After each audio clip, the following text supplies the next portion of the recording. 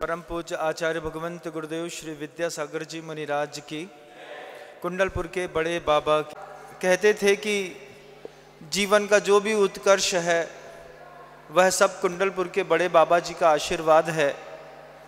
लोग ऐसा कहते भी थे कि छोटे बाबा और बड़े बाबा की जोड़ी अजर अमर है।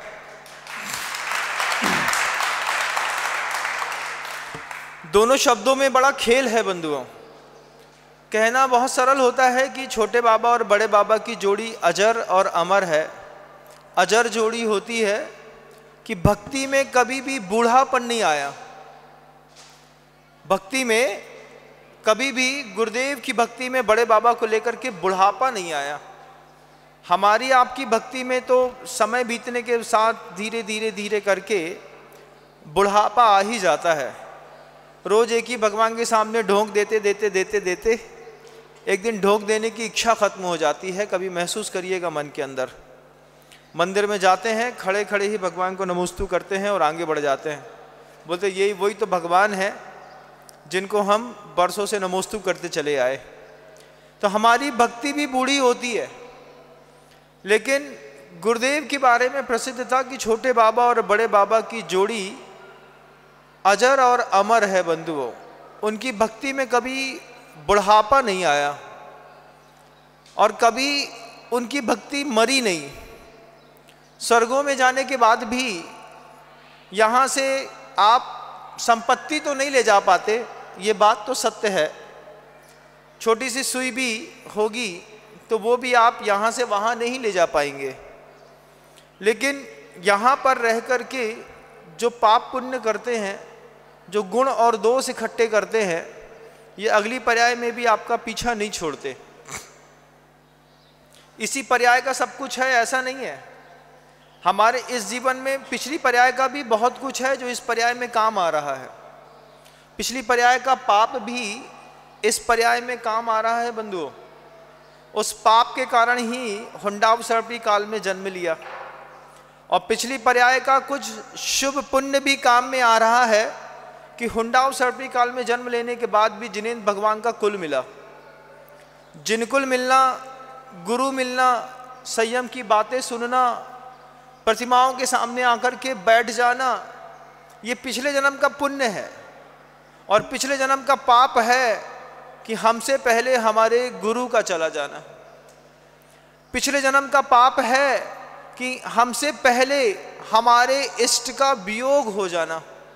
ये पाप है बंधुओं। चक्रवर्तियों को कभी भी अपने जीवन काल में, तीर्थंकरों को कभी भी अपने जीवन काल में कोई दर्द नहीं सहना पड़ता। तत्संबंधी इष्ट वियोगज वो खुद ही बुद्धिपूर्वक छोड़ के चले जाते हैं। लेकिन सबसे बड़ी बात है कि तीर्थंकर को भी सहयोग की जरूरत पड़ती है। चक्रवर्ती को भी सोचिए, तीर्थंकर सोचते हैं सब वो खुद ही कर लेंगे, लेकिन ऐसा होता नहीं। तत्वार सूत्र का वह सूत्र परस्पर उपग्रहो जीवा नाम, तुम हमारे ऊपर उपकार करो, हम तुम्हारे ऊपर उपकार करेंगे। इस सूत्र को आधार मान करके गुरुदेव ने इतने बड़े जिनालय की रचना करी, लोगों को आशीर्वाद दिया, लोगों को प्रेरणाएं दी। लोग गुरुदेव की भक्ति को देख करके यहाँ पर दूर दूर से आए। गुरुदेव के मन में स्वयं ये बात थी कि जब पुण्य बिल्कुल अपने चरम पर हो तब षष्ठी पर ऐसा निर्माण करना चाहिए कि युगों युगों तक लोग याद रखें। जब आपका पुण्य चरम पर होता है तब आप बैंकॉक और ऑस्ट्रेलिया भाग जाते हैं।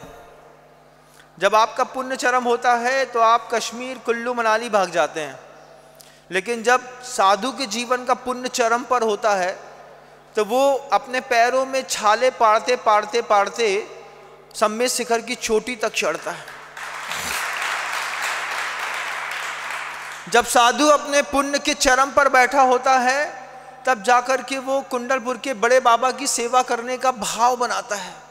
जब साधु अपने चरम पर होता है तो गिरनार की उस पर्वत पर चढ़ता है ये सोच करके कि जब तक लौटूंगा नहीं तब तक एक बूंद पानी कंठ में नहीं रखूंगा, क्योंकि अभी मेरा पुण्य चल रहा है।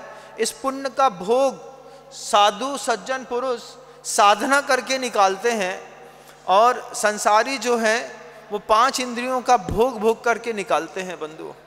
जब आपका पुण्य चरम पर होता है तो आप देखो ना, जब घर के अंदर किसी दिन एक दिन जिंदगी का ऐसा भी आता होगा जब आप अपनी दुकान पर बैठ करके ये सोचते होंगे कि अभी मुझे किसी का कुछ भी देना नहीं है, किसी भी व्यापारी का पैसा नहीं देना है, किसी भी बड़े व्यापारी से पैसा लेना नहीं है, घर में संतुष्टि है, इंद्रियों का सुख जबरदस्त है, पत्नी बिल्कुल शांत है, पुत्र अपना अच्छे से काम कर रहे हैं।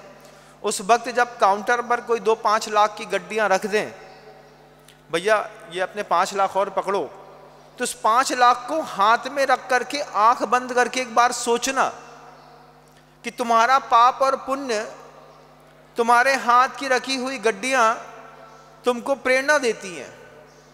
हाथ में रखा हुआ धन आदमी को प्रेरणा देता है इस बात के लिए कि ऐसा करके आते हैं। जब किसी का कुछ भी देना ना बचे जीवन में, उस वक्त हाथ में जब गड्डियां हो तो वे गड्डियां आदमी से पाप और पुण्य दोनों करवाती हैं। गड्डी आंख बंद करके बुलवाती है, एक काम करते हैं, कभी घर के लोगों को कश्मीर नहीं घुमाया, कश्मीर घुमा के लाते हैं, तो 2-4 लाख 5 लाख रुपए अतिरिक्त बचे कि आपको भोग भोगने की इच्छा हुई। लेकिन कुछ पुण्यात्मा ऐसे होते हैं जिनके मन के अंदर भाव पैदा होता है, 5 लाख रुपए अतिरिक्त बचे हैं, एक काम करो, कुंडलपुर के बड़े बाबा के पास ये राशि भेज दो। कोई जा रहा होता है पड़ोसी कि भैया हम कुंडलपुर जा रहे हैं, तो वो 5 लाख रुपए उसको दे देता है, कहता है जाओ एक रसीद बनवा करके हमारी 5 लाख की लेते आना। आज पुण्य के उदय से पैसा घर के अंदर है, भोग में लगाएंगे तो पाप बंद होगा। इससे अच्छा है कि बड़े बाबा के चरणों की सेवा करने से हम अपना सौभाग्य प्राप्त करें। कभी कभी बुद्धियां ऐसा भी रंग दिखाती हैं बंधुओं, लेकिन सबसे बड़ी दिक्कत यह है कि कभी कभी रंग दिखाती है। पाप की बुद्धि तो रोज रंग दिखाती है। सुबह सो करके उठोगे तो कभी मन के अंदर ये इच्छा नहीं होगी कि मंदिर जाकर के 100 रुपए डालना है, लेकिन सो करके उठोगे तो मुंह में राजश्री खाने की इच्छा जरूर होगी कि एक राजश्री का पाउच 40 रुपए का 50 रुपए का सो करके उठ के साथ ही खरीदते हैं, उसको मुंह में दबाते हैं, उसके बाद ही आपको आपका व्यक्तित्व नजर आता है। जबकि धार्मिक व्यक्ति का व्यक्तित्व नजर आता है कि सो करके उठता है तो चाबी से पहले पैसा देख लेता है कि भैया भगवान को चढ़ाने के लिए ये कुछ मिला कि नहीं मिला। ये दान देने की जो कला और कौशल है, ये मात्र मंदिर बनाने के काम नहीं आती। आप जब मंदिरों में दान देते हैं, आपको ऐसा लगता है कि सारा पैसा दीवालों में खर्चा हो जाएगा, मार्बल में खर्चा हो जाएगा, सारा का सारा पैसा झाड़ू पोछा लगाने में, व्यवस्थाओं बनाने में खर्चा हो जाएगा। लेकिन आपको अपनी एक दूरदृष्टि की सोच बनानी होगी कि एक जिनालय में बनते हुए जिनालय में बने हुए जिनालय के संरक्षण में जब आप धन खर्च करते हैं तो सिर्फ आप जिनालय की रक्षा नहीं करते, जिनालय के साथ साथ जिनालय से जुड़े हुए सिद्धांतों की रक्षा भी करते हैं, उस अहिंसा की रक्षा भी करते हैं, अपनी क्षमा की रक्षा भी करते हैं, अपनी दया की रक्षा भी करते हैं। उस सिद्धांतों की सिर्फ रक्षा नहीं करते, इस जिनालयों के निर्माण के साथ आप उन सिद्धांतों को दूसरों तक पहुंचाने का पुरुषार्थ भी करते हैं। अहिंसा परमो धर्म जो सूत्र है वो आपको तो पता है, लेकिन जब कोई मिथ्या दृष्टि या कोई अन्य मत का व्यक्ति आकर के इस जिनालय को देखेगा, जब कभी भी सिर्फ घूमने के निमित्त से भी बड़े बाबा के दरबार तक आएगा, तब उसको बिना कहे सिर्फ जिनालय की ये पाषाण दिखाई नहीं देंगे, इस पाषाण के साथ अहिंसा परमो धर्म का सूत्र भी दिखाई देगा, इसके साथ परस्पर उपग्रह जीवा नाम का सूत्र भी दिखाई देगा। भूत वृत्तु निकंपा दान सराग संयमाद योग है शांति शौच मिति सद्वेदस्य साता वेदनी कैसे बंधती है, उसके सूत्र भी इन जिनालयों के पाषाणों से मात्र मंदिर का निर्माण नहीं हो रहा है, आपके सिद्धांतों की रक्षा भी हो रही है। इस जिनालयों के निर्माण से देश भर के अन्याय को विश्राम भी मिल रहा है बंधुओं। अगर आप अपनी संपत्ति का भाग यहां पर नहीं देंगे तो अपने पुत्र को देंगे। जब आप छोटे से पुत्र थे तब आप एक बार देखिएगा, जब पिता के पैंट में हाथ डाल करके पैसा निकालते होंगे कभी न कभी तो ये काम किया होगा बंधुओं। उस वक्त बिल्कुल भी संकोच नहीं लगता था कि 2000 का नोट है कि 1000 का कि 500 का, जितनी जरूरत है चुपचाप निकाल ली। क्यों? पिता की संपत्ति है, अगर पुत्र के हाथ में गई तो भोग के अलावा कुछ करता नहीं, व्यसनों में खर्च के अलावा कुछ होता नहीं। लेकिन स्वयं के पुरुषार्थ की शक्ति को पिता कैसे बचा के रखता है आप देखिए। पैसा उठा करके बैंक में डाल दिया, व्यवस्थित कर दिया, मकाने खरीद ली, प्लाट खरीद लिए, लेकिन हमने अपने पिता की संपत्ति का दुरुपयोग किया कि नहीं किया? एक बार अपने आप से पूछो। हाँ महाराज, किया। लेकिन जब आप खुद पिता बन गए हैं तो अपनी संपत्ति का दुरुपयोग करते हैं कि नहीं? अब नहीं करते महाराज। अब पैसे की कीमत पता चल गई। अब एक एक पैसा समझदार व्यक्ति जैसे बचाता है, लेकिन बचा करके घर में निकम्मे पुत्र के लिए नहीं छोड़ता। 300 करोड़ रुपए से ऊपर की लागत आज कुंडलपुर के बड़े बाबा के इस विशाल मंदिर पे लग चुकी है। आप जैसे गृहस्थी थे, कुछ महिलाएं ऐसी थी जिन्होंने अपने पति के नाम का मंगलसूत्र जो गले में पहना था वो प्रभु के नाम पर गुरु के चरणों में चढ़ा करके चले गए, और ये दीवालों की खूबसूरती उस मंगलसूत्र से आज भी चकमका रही है। बंधु, जहां भी बैठे हो अपने ऊपर की उस सीलिंग को दृष्टिपात करके देखो, तब लगेगा कि एक एक जगह किसी महिला का मंगलसूत्र है, किसी माँ की पेंशन है, किसी बच्चे की पढ़ाई के लिखाई के खर्च के बाद बची हुई राशियां हैं, कभी किसी की नौकरी का छोटा सा भाग है, कभी किसी की 1 महीने की सैलरी है। ये छोटे छोटे सहयोग से ये बड़ा बड़ा करिश्मा हुआ है कि आज कुंडलपुर के बड़े बाबा के शिखर में कलश जो लग रहा है उसमें 24 किलो सोना भी आप जैसे महानुभावों ने छोटा छोटा दान देकर के लगाया। गुरुदेव की क्या पवित्र कल्पनाएं थी, गुरुदेव की क्या पवित्र भावनाएं थी। गुरुदेव कहते थे एक जिनालय की रक्षा करना, एक जिनालय का निर्माण करना मतलब एक सिद्धांत की रक्षा करना, एक न्याय की रक्षा करना, अपने अध्यात्म की रक्षा करना, अपने पुण्य की रक्षा करना, अपने परलोक की रक्षा करना, एक साथ सब चीजें एक बार में घटित होती हैं। बंधु, गुरुदेव इस धरती से अपनी नश्वर देह का विसर्जन करके अपनी अंतर यात्रा को परिवर्धित करते हुए अनंत की यात्रा पर निकल गए। गुरुदेव के वे शब्द मुझे आज भी बहुत अच्छे से याद है। गुरुदेव जब समय सार ग्रंथ को हम लोगों को पढ़ा रहे थे, गुरुदेव ने एक गाथा जो शुरुआत में अधिकारों में आती है, गुरुदेव ने कहा कम्मम सुहम कुशीलम सुह कम्मम चावि जानह सुशीलम किह तम होदि सुशीलम जम संसारम पवे सेदी। पुण्य या पाप दोनों संसार में भटका के अटका के रखता है।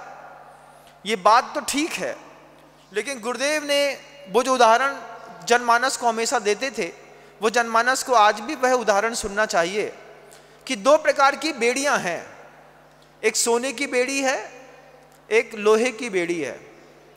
तो सोने की बेड़ी और लोहे की बेड़ी जब दोनों हाथ में पड़ी रहती हैं, लेकिन दोनों बेड़ियों की अनुभूति अलग अलग होती है। पुलिस थाने की लोहे की बेड़ी हाथ में पड़ जाए तो लगता है भैया इसके ऊपर गमछा बांध दो, कोई बेड़ी देख न ले, नहीं तो लोग समझेंगे कि कोई अपराधी है। और जब सोने की 10 तोले की एक बेड़ी यहाँ पर ब्रासलेट बन करके आपके हाथ में लगती है तो फिर क्या लगता है, भैया सल्ट से थोड़ा और घिसो, इसका चमक और दिखनी चाहिए। तो एक बेड़ी को चमकाने में अपना उपयोग लगा रहता है जिसको कहते हैं पुण्य की बेड़ियाँ, और एक बेड़ी होती है लोहे की पाप की बेड़ियाँ जिसको छुपाने में पूरा जीवन निकल जाता है। गुरुदेव हम लोगों से सबसे कहते थे कि जैसे पुण्य की बेड़ी को चमकाने पर आपको आनंद आता है, क्योंकि पुण्य साधन है, जब तक भगवान नहीं बने तब तक पुण्य बेड़ी नहीं है, साधन है बंधुओं। उस साधन का प्रयोग करना पड़ता है। और गुरुदेव इस शरीर को भी कहते थे इस बात के लिए कि ये शरीर अभी तो सोने की बेड़ी के जैसा है, अभी साधन है। जब तक शरीर साधन है तब तक शरीर को पालन पोषण करो, उसको भोजन दो, उसकी रक्षा करो, ठंडी गर्मी बरसात से यथा योग उसको बचाओ। जैसे सोने को चमकाते हैं ऐसे शरीर की भी रक्षा करो। लेकिन जब साधन बंधन लगने लगे, जब साधन भी पीड़ा देने लगे, जब साधन भी दुख का कारण बनने लगे, तो बंधन से मुक्त होने का भी प्रयास करो। वो समय सार की गाथा के साथ गुरुदेव ने कहा कि है तो दोनों बंधन, लोहे का हो या सोने का, लेकिन सोने का बंधन बहुत देर तक साधन है और अंत में बंधन है, और लोहे का बंधन तो शुरुआत से ही बंधन है। तो ये साधन छोड़ करके कब जाना? जब ये साधन बंधन लगने लगे।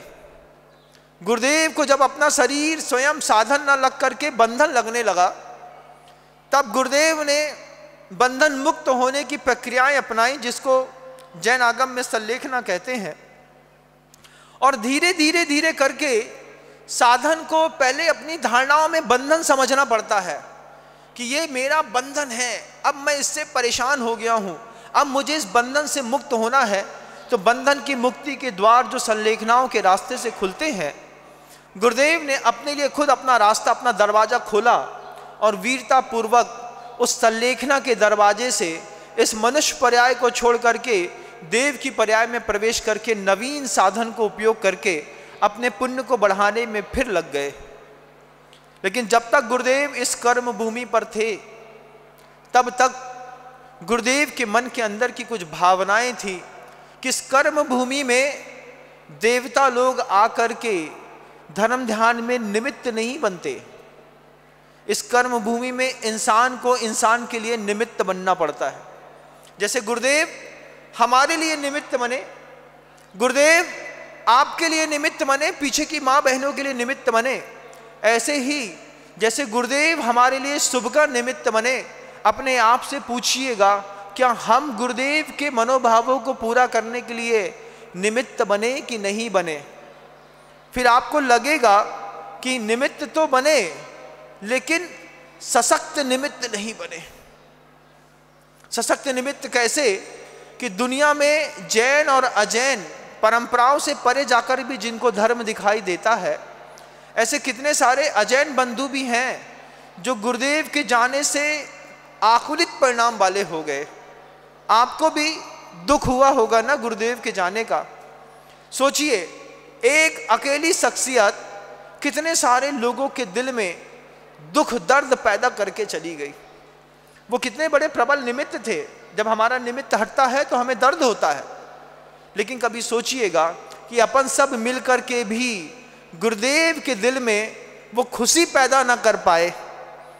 वो उनकी भावनाओं को आकार देने में प्रतिदिन साधु संतों को, आप जैसे शावक श्रेष्ठियों को उपदेश देना पड़ा। भैया अभी भी गुरुदेव की कल्पनाएं अधूरी हैं, उसको पूरा करना है, पूरा करना है। साधु रोज उपदेश देता है और रोज हम अपने पुरुषार्थ से धन कमा करके 5 इंद्रियों के दर्द को मिटाने के लिए तो लगाते हैं, लेकिन कभी गुरुदेव की कल्पनाओं में भी अपने उस धन का उपयोग करने के लिए अपने मन को बना करके देखिएगा। गुरुदेव की कल्पना थी इस कुंडलपुर के बड़े बाबा के लिए। बड़े बाबा जी के पीछे परिकर जो आपको दिखाई देता है, अभी तो ये प्लास्टर ऑफ पेरिस का है, लेकिन इसमें शीशम की लकड़ी का काम करके चांदी का काम करना है, और चांदी के बाद उसमें सोना लगाते हुए जितनी भी बेदियां हैं, लकड़ी के दरवाजे हैं, इनमें सोने चांदी का करीब 500 कुंटल चांदी का काम होना बाकी है बंधुओं। अभी गुरुदेव के मन की कल्पनाओं को, जो उनका एक मास्टर प्लान कुंडलपुर को लेकर के था, उस मास्टर प्लान में आप कितने डेडिकेट हैं, आपका डेडिकेशन कितना है, आपका डिवोशन कितना है, आपकी इंप्रेशन कैसी है, आपकी इमोशंस कैसे हैं, इन सब चीज़ों को एक बार आप चेक करिएगा। आज बहुत दूर से बहुत सारी माँ बहनें, बहुत सारे शावक बंधु, बहुत सारे भक्त परिवार, हम सब मिलकर के गुरुदेव की कृपा से गुरुदेव के बनाए हुए इस जिनालय में आकर के विराजमान है। निमित्त छोटा सा बन पड़ा है कि बड़े बाबा के अभिषेक शांति धारा का भाव लेकर के आप दूर दूर से पधारे हैं, लेकिन इसके साथ ही शुरुआत होगी कि गुरुदेव की कल्पनाओं को आकार देने में आपका अपना योगदान। परस्पर उपग्रहो जीवा नाम का सूत्र कि भगवान आपने हमारे पूरे परिवार की व्यवस्थाएं सुधारी है। हम जिनायतनों की सुरक्षा करके जिन धर्म को, जिन आगम को, जिन चैत्य को, जिन चैत्यालय को, सिद्धांत को, न्याय को, अध्यात्म को, सबको जीवित रखने के लिए मैं रोज लोगों को प्रेरणा देता हूँ। बहुत बड़ी प्रेरणा नहीं देता हूँ, लेकिन सबको प्रेरणा देता हूँ। पहले तो मैं ये बताता हूँ कि बड़े बाबा जी का अभिषेक सुबह 7:30 बजे से 9:30 बजे के बीच में ही होता है। दूसरी बात, अभी गर्मी का मौसम चल रहा है, तो सिर्फ 5500 रुपये की राशि दे करके आप एक ट्राली भूसा गौ संरक्षण केंद्रों को में देने के लिए भी पुरुषार्थ ऑनलाइन कर सकते हैं। कोई भी ऑफलाइन व्यवस्था नहीं है। आपको स्क्रीन पर जो QR कोड या नंबर मिलते हैं, आप उन्हीं नंबरों में चैरिटेबल ट्रस्टों में डाल करके पैसा, और चूँकि ये भूसा कटने का टाइम है, अभी 1 साल के लिए करीब 4.25 लाख पशुओं को हम 1 साल के लिए भोजन अगर आपका देने का भाव बने तो मात्र 5500 रुपये की राशि के साथ ऑनलाइन स्क्रीन में आप अपना पेमेंट कर सकते हैं। पूरा डिजिटल पेमेंट होगा, सबकी ट्रांसपेरेंसी बनी रहे, सिर्फ इसलिए डिजिटल पेमेंट की व्यवस्था रखी हुई है। और गुरुदेव की कल्पनाओं को आकार देने के लिए सिर्फ आप लोगों के साथ वो परस्पर सहयोग की राशि छोटी सी, मात्र 100 ग्राम चांदी हर माह दे करके। 100 ग्राम चांदी मतलब दिन में सिर्फ 3 ग्राम चांदी। 3 ग्राम चांदी का सहयोग अगर आप सब ने किया, मात्र 1 वर्ष तक, 1 साल में 1 किलो 200 ग्राम चांदी मतलब सिर्फ 90,000 रुपये की राशि दे करके आप 500 कुंटल चांदी से ऊपर होने वाले इस कार्यक्रम में अपने परिवार की सहभागिता दर्ज कर सकते हैं। शासन की सुरक्षा में अपना सहयोग कर सकते हैं। सिद्धांत की सुरक्षा में, धर्म की सुरक्षा में, साधु की सुरक्षा में, जिन धर्म की अहिंसा की सुरक्षा में। राशि मात्र 8,000 रुपये महीने की होगी। 1 साल में 90,000 रुपये दे करके, 91,000 रुपये दे करके आप बड़े बाबा की शांति धारा और अभिषेक करने का सौभाग्य प्राप्त कर पाएंगे। उन्हीं की मात्र जवाबदारियां नहीं है जो धोती दुपट्टा पहन करके सुन रहे हैं, जो पीछे बैठ करके माँ बहनें भी इस बात को सुन रही हैं, उनकी भी जवाबदारी है कि वे भी सिर्फ 8,000 रुपये महीना दे करके, 8,000 रुपये महीना देते हैं तो कितना पैसा होता है एक दिन का, आप बताइएगा? 200-225 रुपये, है ना? इतने में आप क्या कमाल करेंगे? जितने में आप अपने बच्चे को अभी कोल्ड ड्रिंक पिलाएंगे पूरे गर्मी में, पूरी आप आइसक्रीम देंगे, चॉकलेट्स देंगे, खुद राशि खाएंगे, सुबह से लेकर शाम तक सिगरेट फूंक देंगे 200-500 रुपये की, सिर्फ उतने पाप की शक्ति छोड़ने से जैन दर्शन की शक्ति, जैन धर्म की शक्ति अगले 18,000 तक स्थिर रहेगी। मात्र एक बार की अनुमोदना है। 90,000 रुपये की राशि 1 वर्ष में दे दीजिए। आप चाहें तो एक साथ आज दे दें, आप चाहें तो धीरे धीरे करके दे दें, आप चाहें तो 1 साल बाद दे दें, लेकिन कमिटमेंट होता है तो सॉल्यूशन निकलते हैं। गुरुदेव हमेशा कहते थे कमिटमेंट की कीमत है। हमने कमिटेड हुए तो 1 साल में हम धीरे धीरे करके राशि पहुंचा करके छोटे बाबा की उस कल्पनाओं को भी आकार देने में अपने परिवार की सहभागिता दर्ज कर पाएंगे। शब्दों तक झंकृत करना मेरा कर्तव्य है, मेरा काम है बंधु, मैं अपना काम करता हूँ, बाकी सब पाप पुण्य के ऊपर छोड़ता हूँ। आपको लगे कि आपके पल्ले का पुण्य बहुत तेज है और ये छोटा सा सौभाग्य आप प्राप्त कर सकते हैं, तो अपना नाम दर्ज करा के अपने सौभाग्य को वर्धित करिए। कार्यकर्ता आपके बीच में है, आप उनको नाम लिखा करके अपने सौभाग्य को वर्धन कराने का पुरुषार्थ करें। इन्हीं भावनाओं के साथ हम शांति धारा और अभिषेक करने के कार्यक्रम को आगे का आगाज देंगे।